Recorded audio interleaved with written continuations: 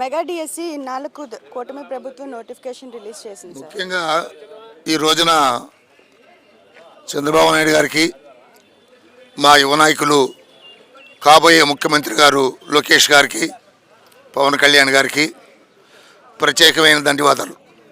ఈ రోజున 16,200 చిల్లర మెగా డిఎస్పి ఇచ్చారు.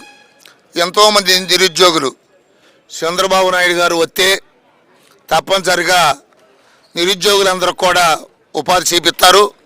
ఇవాళ టీచర్లే కాదు, మరి నిన్నగాక మొన్న నూజివీడులో అశోక్ లైలాండ్ కంపెనీ తీసుకొచ్చారు. రాబోయే రోజుల్లో కూడా మా పార్లమెంటు సభ్యులు ఆయన పారిశ్రామికవేత్త ఈ ద్వారకా తిరుమలలో కానీ, ఇటు చింతలపూడి కానీ, పోలవరం కానీ, అలాగే ఈ చుట్టుపక్కలలో మొన్నటిదాకా ఒక జూటు మిల్లులో ఒక 5-6 వేల మంది బతికారు. ఆ 2 జూటు మిల్లులు కూడా మూసిపోయి దాన్ని దృష్టిలో పెట్టుకుని నోటిఫికేషన్ మన మెగా డిఎస్పీ కాకుండా ఈ చుట్టుపక్కల 5-6 మరి పరిశ్రమలు పెడితే ఒక 50,000-60,000 మంది బతికితే దానివల్ల రాష్ట్రం అభివృద్ధి అవుద్ది.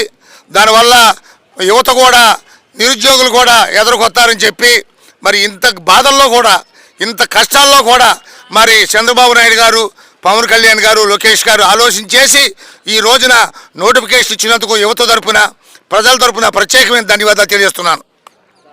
వైసీపీ వాళ్ళు చంద్రబాబు పాలనలో వ్యతిరేకత వచ్చింది అంటున్నారు, అది ఎంతవరకు నిజం అంటారు? అమ్మా, అన్నం పెట్టినోడు ఎవడో ఏదో అంటాడు, చేయనోడు ఏదో అంటాడు.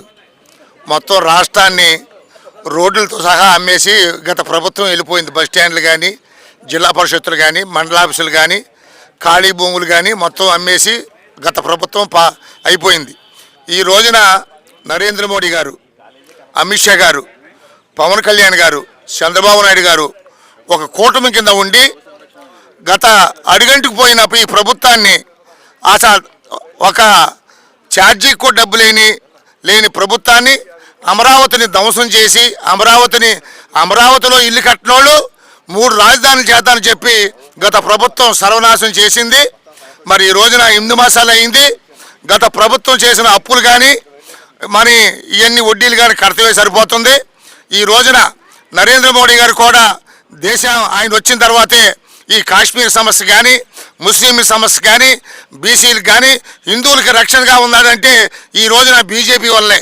కాబట్టి రాబోయే రోజుల్లో ఈ 3 కూటములు కలిసి నరేంద్ర మోడీ గారి సహకారంతో ఇటు అమరావతి కానీ, అటు పోలవరం కానీ, ఇటు దేశాన్ని కానీ, రాష్ట్రాన్ని కానీ, నిన్నగాక మొన్న హిందువుల్ని 27 మంది చనిపోయారు.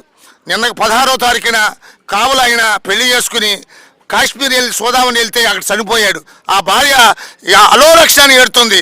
ఈ రోజుల్లో కూడా ఇంకా ఉగ్రవాదం అని చెప్పి అప్పటికి నరేంద్ర మోడీ గారు అలాంటివన్నీ కూడా లెక్క చేయకుండా ప్రభుత్వాన్ని గాల్లో పెట్టాలని చెప్పి, దేశాన్ని గాల్లో పెట్టాలని చెప్పి మొన్న ట్రంప్ కొత్తగా వచ్చాడు. ఆయన ఎన్నో రకరకాలైన స్కీములు పెడితే ట్రంప్ గారిని కూడా ఒప్పించి ఈ రోజున ఆయన ఉపాధ్యక్షుడు కూడా మన దేశం తీసుకొచ్చి భారతదేశం, అమెరికా మనందరం అన్నదమ్ముల్లాగా ఉండాలి. మన ఇరువురు పొరుగు కూడా మన ఈ సమస్యల్ని శాంతియుతంగా పరిష్కారం చేసుకుని మేము కూడా వ్యాపారం చేసుకుంటే దేశాలు అభివృద్ధి అవుద్దని చెప్పి దానికి మూలకారకుడు చంద్రబాబు నాయుడు గారు. చంద్రబాబు నాయుడు గారు లేకపోతే ఈ రాష్ట్రం ఎదరికెళ్ళే కార్యక్రమం లేదు. ఇవాళ పవన్ కళ్యాణ్ గారు కూడా ఒక మంచి మనిషి, విజన్ ఉన్న మనిషి, అన్ని రకాలుగా ఉన్న మనిషి. ఈనాడు 75 సంవత్సరాలు ఉన్న చంద్రబాబు నాయుడు గారు గత 5 గంటలు 6 గంటలు రాష్ట్రం 24 గంటల్లో 19 గంటలు కూడా రాష్ట్ర అభివృద్ధి గురించి పాటుపడే వ్యక్తి, ఏకైక వ్యక్తి చంద్రబాబు నాయుడు గారు తెలియజేస్తున్నాను. ఈ రోజున మా పెద్దలు గౌరవనీయులు, మా కొల్లేరు గ్రామాల ఆశాబోతి మా చింతమయ్య ప్రభాకర్ గారు కానీ, బీసీల పార్టీ ఎన్నడో ఎప్పటి నుంచో ఏలూరు పార్లమెంటు ఒక ఉన్నత వర్గాలే చేసేవారు. ఇవాళ చంద్రబాబు నాయుడు గారు బీసీలకి అవకాశం ఇవ్వాలని చెప్పి ఒక బీసీ వ్యక్తికి పుట్టా మహేష్ యాదవ్ గారికి ఏలూరు పార్లమెంట్కి అవకాశం ఇచ్చాడు. ఆయన చాలా మంచి మనిషి, విద్యావేత్త. అన్ని రకాలుగా కూడా ఈ రోజున కొల్లేరు ప్రాంతానికి అన్యాయం జరిగితే నా సొంత రూపాలతో హైకోర్టులో, సుప్రీంకోర్టులో వాదించి మీ పేద ప్రజలకు సాయం చేస్తారని ఈ కింద వర్గం కూడా అవకాశం ఇస్తున్నారు. కాబట్టి రాబోయే రోజుల్లో ఈ రాష్ట్రం బాగుపడాలంటే చంద్రబాబు నాయుడు, పవన్ కళ్యాణ్ గారు, నరేంద్ర మోడీ గారు ఉంటారని చెప్పి మీ పొలిటికల్ టీవీ గారికి దండం పెట్టి నమస్కారం.